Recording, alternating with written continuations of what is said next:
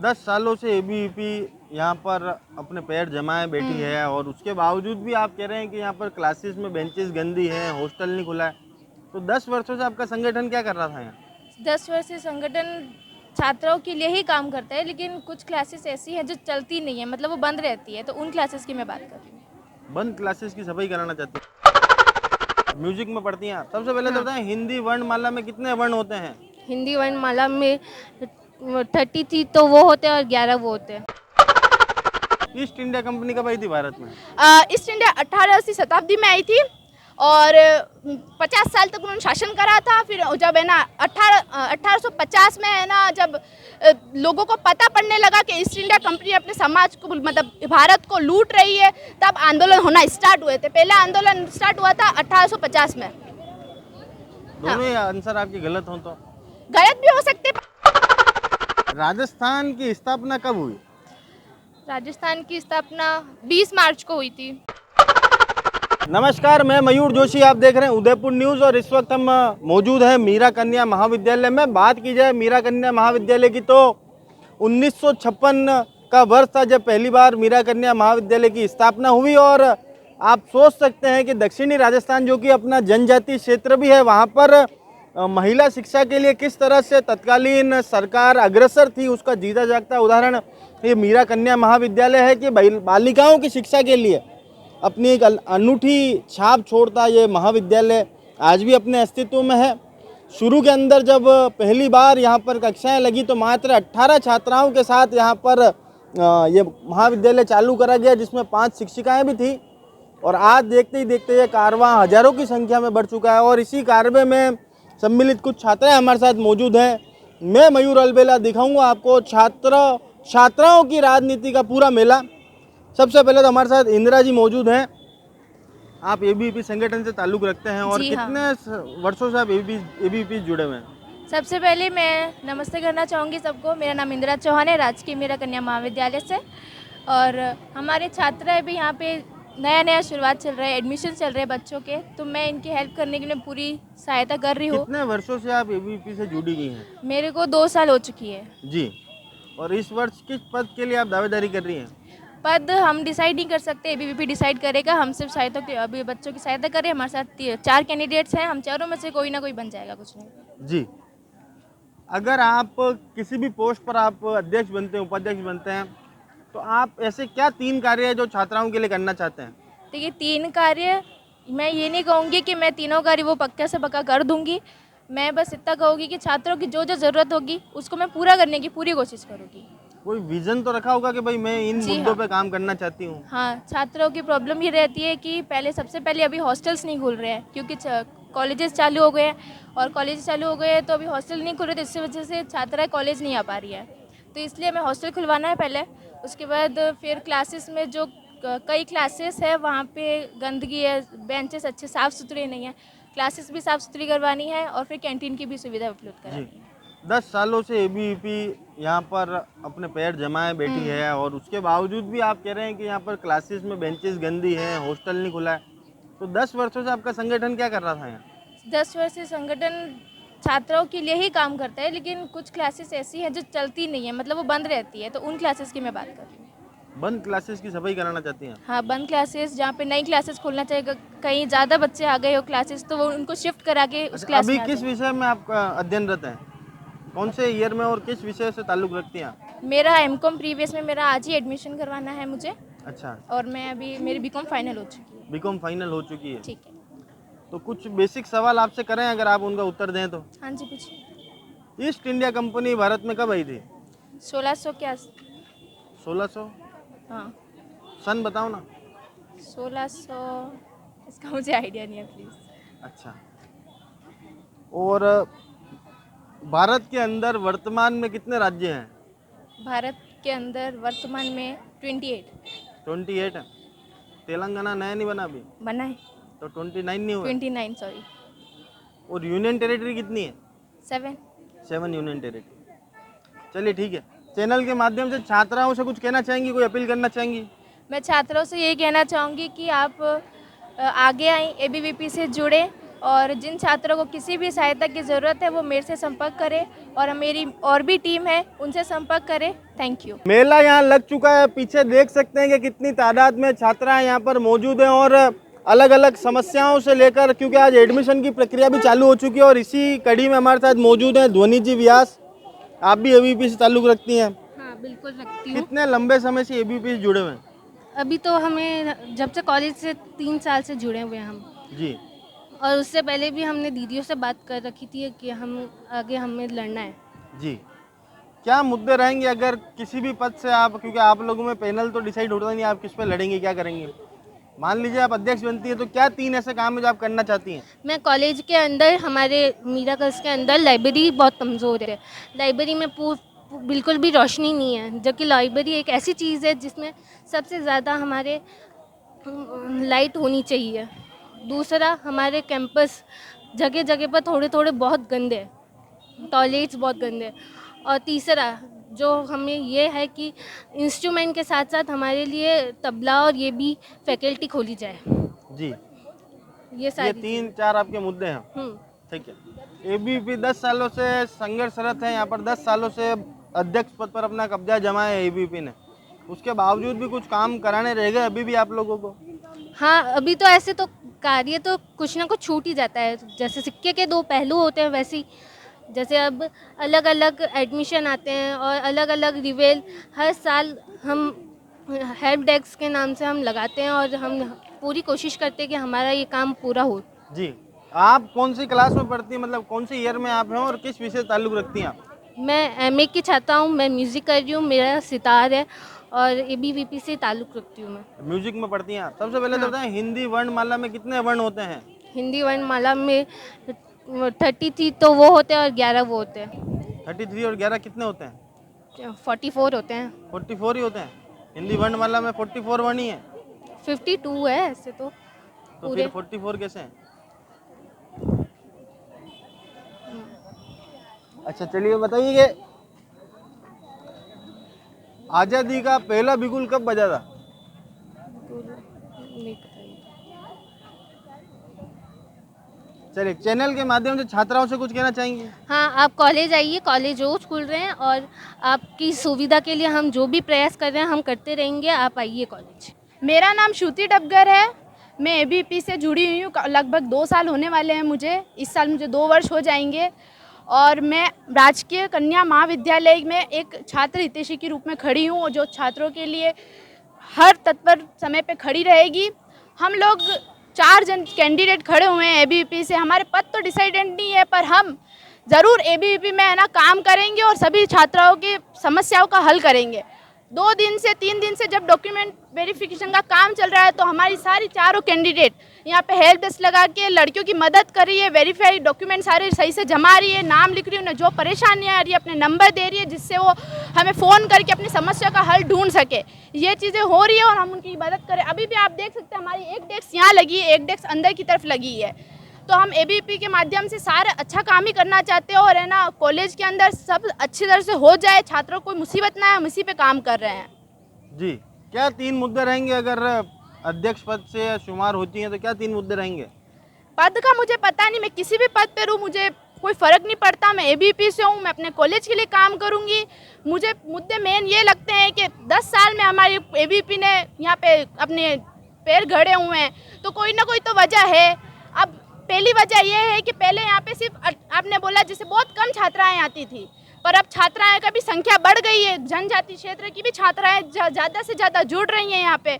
और एबीवीपी में है ना जितना महिलाओं को दिया जाता है जितने पुरुष को, दोनों को सही तरह से दिया जाता है। तो उस वजह से हमारे यहाँ से, मैं भी 2 साल से मैं कॉलेज में पढ़ रही हूँ, 2 साल होने वाले, मैं 30 साल में चल रही हूँ। मैं खुद एबीवीपी से जुड़ी हूँ। मैं एक अच्छी छात्रा हूँ जिसने है ना 80% के तक मार्क्स गेन करे हैं। और एबीवीपी है ना बहुत सारी चीज़ें कर रही है, जैसे कि हमने पहले सैनिटरी नैपकिन नहीं बंटते थे कॉलेज में, हमारे दबाव ज्ञापन की वजह से सैनिटरी नैपकिन बंटने स्टार्ट हुए। अब हर महीने एक लड़की को 4 पैकेट सैनिटरी नैपकिन भी मिलते हैं। सफाई की बात है, सफाई थोड़ी थोड़ी नहीं होती, पर हाँ पहले जितनी गंदगी भी नहीं रहती है। और एक और चीज़ हुई है, 10 साल का हमारा एबीवीपी का संघर्ष रहा है, उसकी वजह से है ना सीएमओ से रिक्वेस्ट डाल के कलेक्टर से हमारे है ना सेंसेशन 6 लाख का सेंसेशन फंड रेज हुआ है। और उसकी वजह से अभी हमारे यहाँ पे मैं आपको फ़ोटो दिखा सकती हूँ कि हमारे मीरा कन्या महाविद्यालय में मीरा की मूर्ति को लेके जो 10 साल से संघर्ष चल रहा था, उसके लिए हमने ग्रेनाइट के लगा दिए भाटे, जिसपे है ना मूर्ति का टेंडर भी निकल चुका है। और हमें ना जल्दी से 1-1.5 साल में हमारे ABVP में संघर्ष की वजह से हमारे मूर्ति लगने का पूरा वो हो चुका है और टेंडर्स भी जा चुके हैं, फंड भी आ चुका है। तो ABVP ने 10 साल में काम करा, उस वजह से ही मूर्ति का एक हो रहा है। जी, आपके 3 मुद्दे क्या रहेंगे जिन पे आप काम करना चाहती हैं? मैं चाहूँगी कि है ना एडमिशन के दौरान हमारे कॉलेज में एक हेल्प डेस्क का कमरा पूरा बनाया जाए और उस पे है ना कम से कम 3 से 4 है ना ऐसे अध्यापक या फिर ऐसे लोग लगाए जाए जो सिर्फ हेल्प डेस्क का काम करें, क्योंकि लड़कियों को बहुत प्रॉब्लम्स आ रही है डॉक्यूमेंट में। दूसरे में कॉलेज के लिए एक टोल फ्री नंबर जारी करा जाए, जिसके लिए है ना लड़कियों को है ना बार बार दूसरों को फ़ोन ना करना पड़े, उसी फ़ोन पे फ़ोन करके वो सारी जानकारियाँ प्राप्त कर सके। तीसरा मुद्दा ये रहेगा कि हमारी लाइब्रेरी खुले और रेगुलर लाइब्रेरी चले। जो छात्राएं पढ़ना चाहती है, ऐसा नहीं है कि 2 दिन का आपने बना दिया कि आर्ट्स की इस दिन पढ़ सकती है, 2 दिन कॉमर्स, नहीं। जो पढ़ना चाहती है छात्रा, वो लाइब्रेरी में जाके आराम से अध्ययन कर सकती है अपनी पढ़ाई का, ये चीज़ भी देखी जाएगी। और दूसरी, हमारा कैंटीन, छात्रा इतनी दूर से आती है, उनको खाने के लिए मिलता है, उनको बाहर खाना पड़ता है। अगर कैंटीन हमारा नहीं खुलेगा तो छात्राएं खाएंगी कैसे? कम पैसों में जो कैंटीन में जो चीज़ बाहर 20 रुपए की मिली, अगर वो 10 रुपए की कैंटीन में मिले, छात्रों को कितनी सहायता होगी। बस से वो गाँवों से बस से वो 20-20 रुपए लगा के रोज आती हैं जाती, उसमें कितनी परेशानियाँ आती हैं। हम कैंटीन खुलवाएंगे, स्वच्छता पे भी ध्यान देंगे। और मीरा की मूर्ति का तो हमारा हो चुका है और अभी 1-1.5 साल में मीरा की मूर्ति लग जाएगी। चलो एक बार सब जने मीराबाई जिंदाबाद कर दो। मीराबाई जिंदाबाद, मीराबाई जिंदाबाद। चलो, अब आप कौन से कक्षा से ताल्लुक रखती हैं और मैं- कौन विषय आपका? मैं कॉमर्स की छात्रा हूँ और मेरा 2nd ईयर हो चुका है। फर्स्ट ईयर में मैंने 75% लिए थे, इस बार मैंने 80% प्राप्त किए हैं। और मैंने बहुत सारी कॉमर्स की लैब एक्टिविटियों में भी भाग ली है। मैंने के कॉमर्स अच्छा, एक प्रश्न पूछता हूँ। हाँ, विज्ञान और कला में बेसिक अंतर क्या होता है? विज्ञान कला एक है ना अंदर इंसान के अंदर हैबिट होती है जो बचपन से किसी के अंदर आती है। जैसे कोई लिखने में बहुत अच्छा होता है, कोई है ना किसी को चीज़ सिर्फ बोलते हुए देख लेता है, उसमें भी वो है ना बस वो समझ जाता है। किसी को लिखने में वो हर इंसान की एक अलग कला होती है। कोई ड्राइंग अच्छी बना लेता है, कोई है ना मेहंदी अच्छी बना लेता है, कोई भाषण बहुत अच्छा दे लेता है, ये कला होती है। और विज्ञान होता है साइंटिफिक। जैसे ये पेड़ उगाए तो ये पेड़ कैसे उगाए, इसको पानी मिला है तो उगाए, वृक्षारोपण हुआ है तो उगा है, किसका पेड़ है, ये किस काम आएगा, ये जो अपनी प्रकृति को क्या फायदा दे रहा है, हमें इसका और क्या करना चाहिए, और पेड़ पौधे लगाने चाहिए, कितने ऐसे काम है, पोल्यूशन कम करना चाहिए, ये विज्ञान के विषय में आती है चीज़ें। ये दोनों मिलते हैं तो क्या बनता है? ये दोनों मिलते हैं तो एक औपचारिक और एक अच्छा समाज बनता है, जिसमें है ना लोगों को आगे बढ़ने की भी प्रेरणा मिलती है। कॉमर्स समाज है क्या है? नहीं, कॉमर्स एक बिजनेस का भी है। और कॉमर्स में कहते हैं कि विज्ञान और आर्ट दोनों मिलती हाँ। है तो उससे कॉमर्स की उत्पत्ति हाँ होती है, क्यों नहीं होती है। आप तो कह रहे हो समाज की उत्पत्ति। नहीं, समाज की भी होगी, क्यों नहीं होगी। अगर कॉमर्स आगे बढ़ेगा तो समाज की उत्पत्ति भी होगी। कॉमर्स से एक मनी का मार्केट होता है। अगर आप कला करते हो, उस कला को आप बेच सकते हो, तो वो मार्केटिंग का तरीका हो गया कॉमर्स। और वो समाज में जाके कुछ अच्छा काम करेगा तो समाज का भी उत्तरण होगा, ये वाली चीज़ है। ठीक है। हाँ, ईस्ट इंडिया कंपनी कब आई थी भारत में? ईस्ट इंडिया 18वीं शताब्दी में आई थी और 50 साल तक उन्होंने शासन करा था। फिर जब है ना 1850 में है ना जब लोगों को पता पड़ने लगा कि ईस्ट इंडिया कंपनी अपने समाज को मतलब भारत को लूट रही है, तब आंदोलन होना स्टार्ट हुए थे। पहला आंदोलन स्टार्ट हुआ था 1850 में। दोनों ही आंसर आपके गलत हो तो? गलत भी हो सकते हैं, पर मैं इस पे जरूर अपना विचार आगे मतलब 1608 में आई थी ईस्ट इंडिया कंपनी। ठीक है। और 1857 में आजादी की पहली लड़ाई लड़ी हाँ, गई थी, ठीक है। क्योंकि लंबे समय से भारत के लोग शोषित हो रहे थे। हाँ ठीक है, हो सकता है, मैं गलत भी हो जी। सकती हूँ। हाँ, भारत में कितने राज्य हैं? भारत में 29। आंध्र प्रदेश की राजधानी क्या है? मुझे नहीं पता। कश्मीर की? कश्मीर, श्रीनगर। ठीक। चलिए, चैनल के माध्यम से छात्राओं से कुछ कहना चाहती हैं? छात्राओं से मैं यही कहना चाहती हूँ कि मैं जैसे आज खड़ी हूँ यहाँ पे, मैंने अपने कॉलेज में हर एक्टिविटी में पार्ट लिया, हर जगह में गई हूँ। मैं एक पढ़ने वाली छात्रा हूँ, तो भी मैं आज इलेक्शन लड़ रही हूँ, तो आप लोग भी अगले साल लड़ सकते हो और अपने हक के लिए और अपने आसपास की बहनों के हक के लिए भी लड़ सकते हो, तो ज़रूर आप लोगों को रेगुलर कॉलेज आना चाहिए, अपने पढ़ाई का अध्ययन करना चाहिए और समाज में आगे बढ़ना चाहिए और अपने आसपास की लड़कियों को भी ये बताना चाहिए कि हमें हमेशा आगे चलना है और समाज की हर प्रगति में अपना भाग और हिस्सा लेना और हमेशा देश का नाम रोशन करना है। तो देखा आपने किस तरह से छात्राओं के अंदर भी एक जोश और हुजूम है और यहाँ पर चुनावी रण बिल्कुल बिल्कुल बिल्कुल बच चुका और चुनावी रण बिल्कुल सज के तैयार है। उसी कड़ी में हमारे साथ मौजूद है मिथिलेश जी मीणा। उनसे जानेंगे कि आपके क्या मुद्दे हैं जिन पर आप काम करना चाहती हैं। 3 ऐसे मुद्दे बताएं, अगर आपको पदभार मिलता है तो आप क्या क्या करेंगी। नमस्कार, मैं मिथिलेश मीणा। आप देख सकते हैं महाविद्यालय में सफाई बिल्कुल नहीं है, तो मैं सफाई कर्मचारी लगाऊंगी सबसे पहले। और दूसरी बात ये है कि मैं हॉस्टल में गार्ड की सुविधा नहीं है, तो मैं सबसे पहले गार्ड लगाऊंगी। और तीसरी बात ये है कि ना लाइब्रेरी में लाइट की सुविधा नहीं है बिल्कुल भी। मतलब लाइब्रेरी खुलनी भी चाहिए और लाइट की सुविधा भी होनी चाहिए। लाइब्रेरी बहुत कम खुलती है और लाइट की सुविधा वहाँ पे है ही नहीं है। खुलती नहीं है तो लाइट होती नहीं है वहाँ। हाँ, लाइट खुलती 4-5 घंटे, बाकी लाइट भी वहाँ लाइट की सुविधा बिल्कुल भी नहीं है। और सफाई यहाँ महाविद्यालय में बिल्कुल नहीं है। 10 सालों से आपका संगठन यहाँ पर अध्यक्ष पद पर आपका कब्जा है, आपने कभी वहाँ लाइट की व्यवस्था कराने की तब नहीं सोची। तब अध्यक्ष दूसरे थे, सब दूसरे थे। मैं 1 साल से जुड़ी हूँ इसमें एबीवीपी में, तो मुझे पहले बोला गया था हाँ सब सुविधा करवाएंगे, लेकिन सुविधाएं नहीं करवाई थी। जी चलिए, अब एक बात बताएं कि छात्राओं के बीच में एबीवीपी का कितना वर्चस्व है। छात्राओं के बीच में तो बहुत है वर्चस्व एबीवीपी का। मतलब अभी भी कोई, मतलब यूँ ही लगता है कि कोई नहीं है टक्कर में, क्यों पड़े हो चक्कर में। नहीं, ऐसा नहीं लगता है। नहीं, मतलब एबीवीपी के सानी में कोई नहीं, क्योंकि कोई और दूसरा उम्मीदवार भी नहीं दिखाई दे रहा हमें तो एबीवीपी के अलावा। एबीवीपी 8 सालों से जीतती आ रही है, तो एबीवीपी सबसे पहले आती है। और जो दूसरी टीम है वो बाद में आएगी, अभी नहीं हुआ उनका। और एबीवीपी छात्राओं के लिए निस्वार्थ काम करती है, निस्वार्थ वो कार्य करती है, इसलिए एबीवीपी सबसे पहले टीम आके खड़ी होती है। कौन सी कक्षा, मतलब कौन सी ईयर में आप हैं और क्या सब्जेक्ट है आपका। अभी मैं एमए फर्स्ट ईयर में आई हूँ। मैं सोशियोलॉजी सब्जेक्ट लेना चाहती हूँ। सोशियोलॉजी सब्जेक्ट है आपका। अच्छा, ये बात बताएं कि गांधी जी का जन्म कब और कहाँ हुआ था। 2 अक्टूबर को हुआ था गांधी जी का जन्म। तारीख तो सबको मालूम है, आप सन तो बताएं। 2 अक्टूबर। चलो ठीक है, अब ये बताओ कि भारत के पहले राष्ट्रपति कौन थे। भारत के प्रथम राष्ट्रपति जवाहरलाल नेहरू थे। तो प्रधानमंत्री कौन था। अच्छा, लास्ट सवाल आपसे, राजस्थान की स्थापना कब हुई।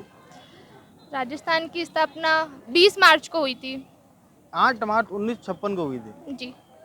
और उससे पहले राजस्थान को किस नाम से जाना जाता था। कुछ कर्मठ एबीवीपी के कार्यकर्ता और कुछ मतलब रेगुलर जो एबीवीपी के साथ जुड़े हुए छात्रों की मदद के लिए हमेशा तत्पर रहते हैं।